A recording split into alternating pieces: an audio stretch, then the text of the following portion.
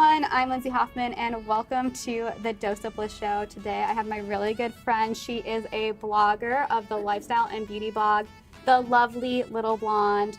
We're going to get into some details about her life. We have the lovely Heather Hahn. Hi.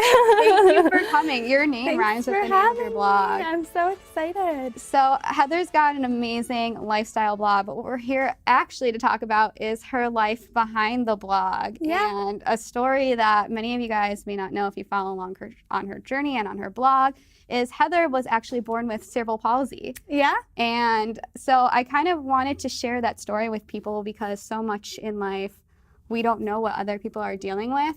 And so I kind of wanted you to just go into, growing up with cerebral palsy and what that was like. Sure. So when I was born, I was 3 pounds. And then when I was 3, I had open heart surgery. And then when I was 6, I had orthopedic surgery. And because I was born so small, my muscles didn't develop like the normal way, like how they normally should.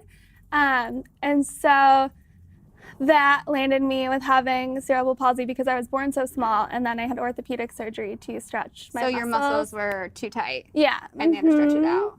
Yeah, because when I was little, like, my parents were like, why do you keep falling? Like, when they were teaching me how to walk and stuff, like, my dad, like, didn't understand, like, why I just, like, couldn't walk like a normal person. And so they're like, okay, like, let's take her to the doctors. And they're like, yeah, well, it's because she was premature and born so small that this is why that's happening. So that's why I had it. So, yeah. What do you remember of that surgery? Because I remember you telling me you had to have a cast, like, up to your waist when you were little. Yeah. So I had a bar cast up to my waist, and it was, like, basically, like, a full-on lower body cast.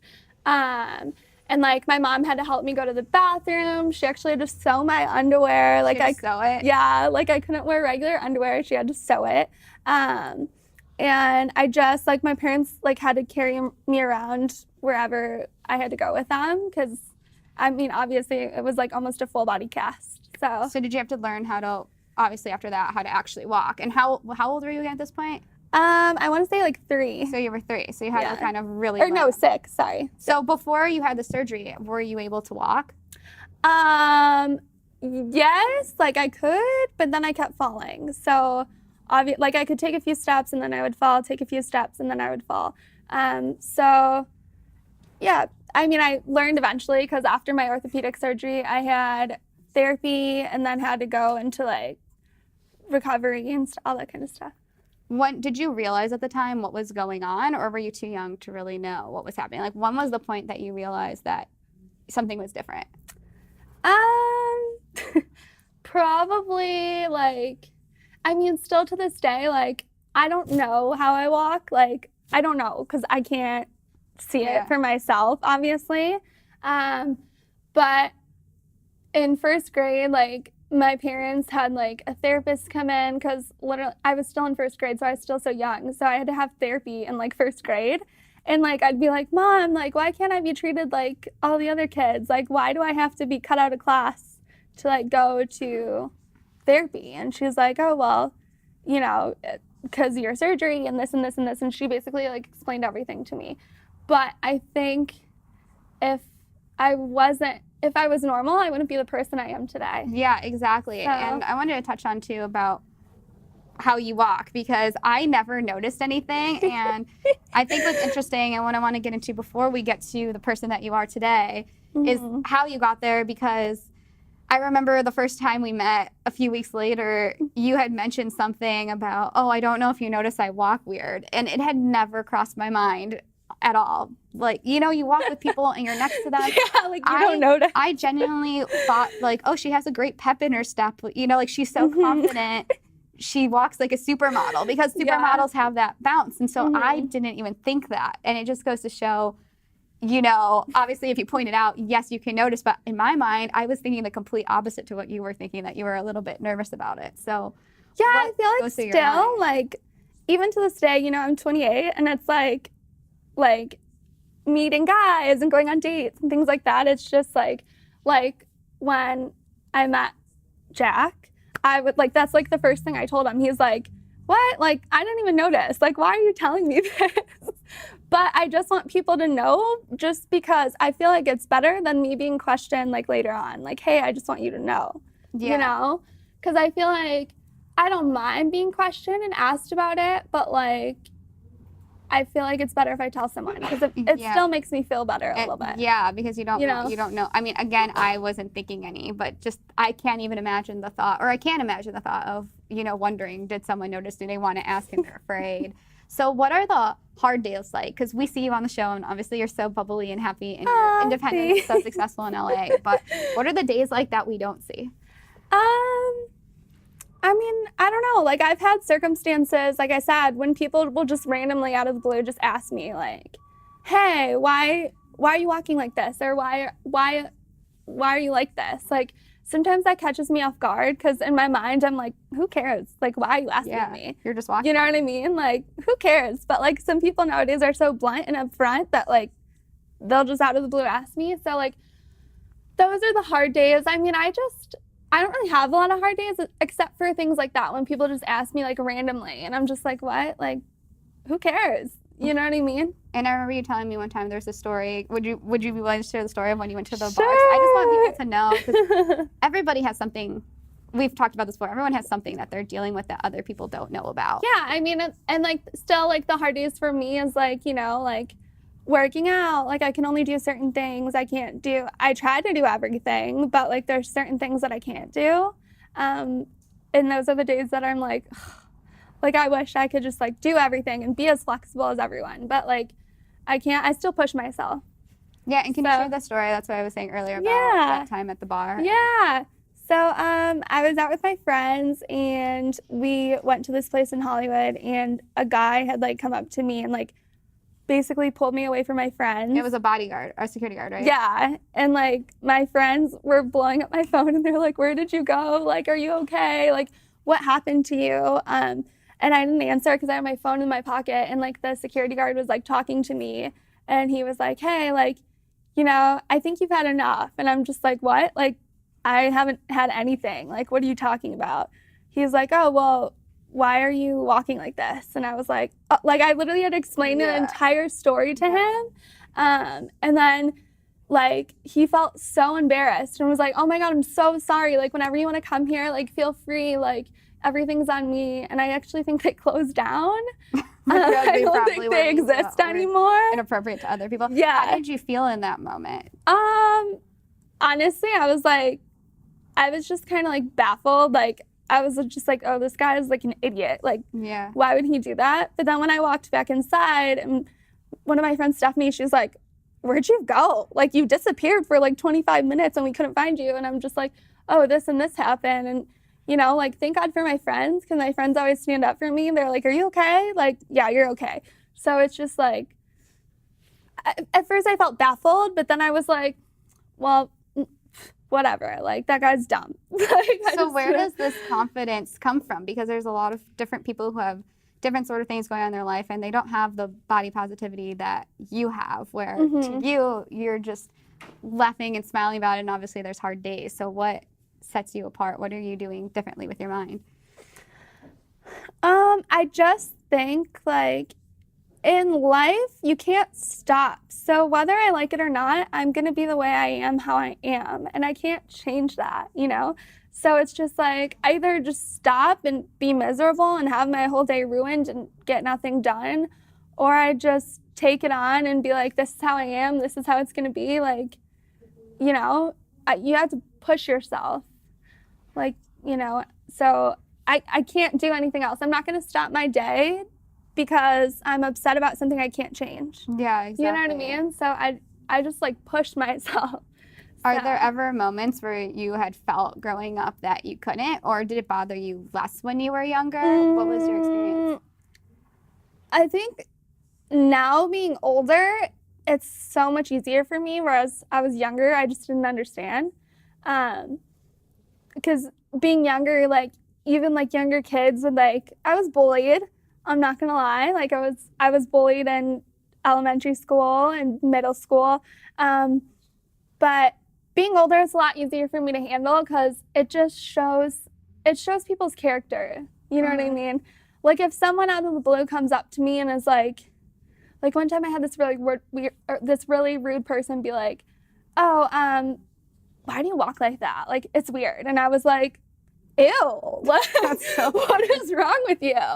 And then I have people that ask me like politely and kindly, and I'm like, yeah, like I don't mind responding to you, you know what I mean? So it's just like being older, it shows me a lot about someone's character. And like when people are like that, I'm like, I don't want to associate myself with that person anyways. Or like, you know, that person asked me like really kindly, like, hey, you know, like what happened, or like nicely, and that shows a lot about someone. So being older, it's a lot easier for me. Yeah, it's interesting how people are just curious and having to navigate around that, you know, knowing that. Do you ever feel like people, obviously you mentioned it to me before, but do you just feel like everyone notices it? Because like I said, I just thought you were walking like a supermodel. I had a completely different viewpoint in my mind.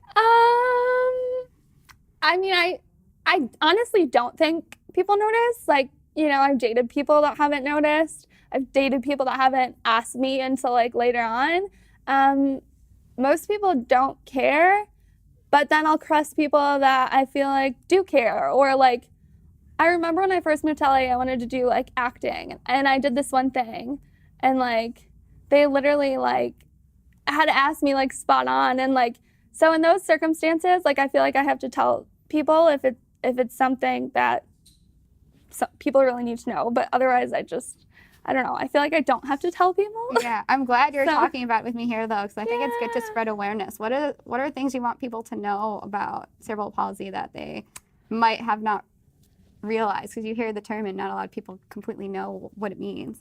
Well, mine is very mild. So when you have very mild CP, it just affects the way you walk. It doesn't affect anything else. But there's some people that literally have it so bad. Like there's this one girl, I think her channel is Fifi and Mo, and it's this little girl, she's like 6 years old. She has it like full on, can't get out of a wheelchair, like can't do anything. So, you know, someone may have it mildly and it only affects their legs down, or it either affects here or it affects like your upper body. So just that, like people, even with mild CP, like, or any kind of CP, like even if you have it really bad, like they, you know, still treat them as a person. They're still a normal person. They're just limited to doing maybe like the splits or something that a normal person can do. You know what I mean? So yeah, and you're really confident and independent. And you were saying too, you know, you had heart surgery when you were younger. All of these things, and people look at you and they would never know. Yeah. Like I had open heart surgery, like I was 3 pounds, like a lot of people, you know, don't know someone's story. That's why you have to be nice to them no matter what. My mom had cancer when I was 12. My dad has dementia, Parkinson's, but you still got to keep a level head, because like, what are you going to do? Stop life because you're upset about something? Like, yeah, you can cry them out and have those bad days. Like, that's fine. But, you know, life's got to keep going. Yeah, it does. Do you have a routine or something that you do to stay positive? Because I'm just so happy you're sharing this, because I know so many people watching here, especially your fans, would never know. And you just never, it's a true testament that you never know what people are dealing with. And Heather, if you guys were here right now, she's such a light and a positive. She's always there. We're great friends. She's always there for me in the day. Is there a routine or something that you talk your mind through to have this kind of mindset? Honestly, I learned this from you, is affirmations. Affirmations. Yeah. Affirmations. Like I went on a jungle gym when I was home with my friend, and I literally, like, just imagine walking across something and having nothing to hold on to, just like a rope, like walking across a rope, and there's like the floor below you. Like I literally talked my friend into doing it, and she's like, "Are you sure you can do this?" And I'm like, "Yeah, let's do it. Why not?" And literally through my head, when I got up there, I was like, I can't do this. But then I kept telling myself, like, I can do this, I can do this, I can do this. And I made it all the way to the end. So it's just like, and my friend was the one crying. So it just shows the only limitations are really the ones in your mind. It's all in your mind, yeah. Like if you don't think you can't, or if you don't think you can do something, you just have to tell yourself, like, I can do this. Like, I'm capable of this. Like, you know, even getting a job, like, sometimes you think, oh, I'm not qualified for this position. Like, this is way out of my league. You have to train your mind to think that, like, yes, I'm qualified for this position. Yes, I can do this. Like, because the way you act is the way people treat you. And we find, just like you thought I was thinking about the way you walked, and I thought you were walking like a supermodel. So the things that you come up with in your mind, people usually aren't even thinking that. Right. And if they are, then they're probably, most of the time, don't have a mean intention. It's what you present to the world. And what you present is this bubbly, lovely blonde who's, I mean, Heather is independent. You came to LA. You're an only child. Like, by myself when I was 18. You came here by yourself when you're 18. And now, you know, we have a few minutes left, so I wanted to get into your blog just to show that, again, the only limitations are in your mind. You have your blog, and I don't know anyone who works harder than Heather than Heather. You send 200 to 300 emails a day just to get people to work with you on a blog, and you are at every event. You hustle, and you came here by yourself. Yeah, when I first moved here, I actually, before I did blogging, I used to do styling, and I worked with some of the top stylists, and one of them, like, I won't name names, but she is very mean. She's very known to be very brutal. And I was like, I think 21 when I worked with her, and literally like was flat out, like, she's so blunt and flat out that she, like, you know, she asked me too. She's like, can you do this? And I'm just like, yeah, I can do this. Like, you know, and it's just like, I just like, when most people would be scared when they move to LA to take on such big projects and big things, like, you just have to go for it and put your foot forward, because if you stop, like, nothing's going to get done. You just have to keep going. It's anything in life, and everything that you had been through had led you to where you are now, to be the strong, successful blogger person. In person. Yeah. We only have a few minutes left, so is there anything else you want to let everybody know? Check out Lindsay's channel. Okay, well, that's what we're going to get into next. Okay, well, you guys, thank you so much for watching the show. If you're new, please subscribe to whatever platform you're watching it on. We are on EverTalk TV. We're on Focus TV Network. We're on Apple TV, my YouTube channel, and my blog, Dose of Bliss. Give me a follow. We have all the information in the description below if you're watching this on YouTube. And Heather, let them know where they can find you. You guys can find me at you look over at the camera. Oh, whoops. Hi, everyone.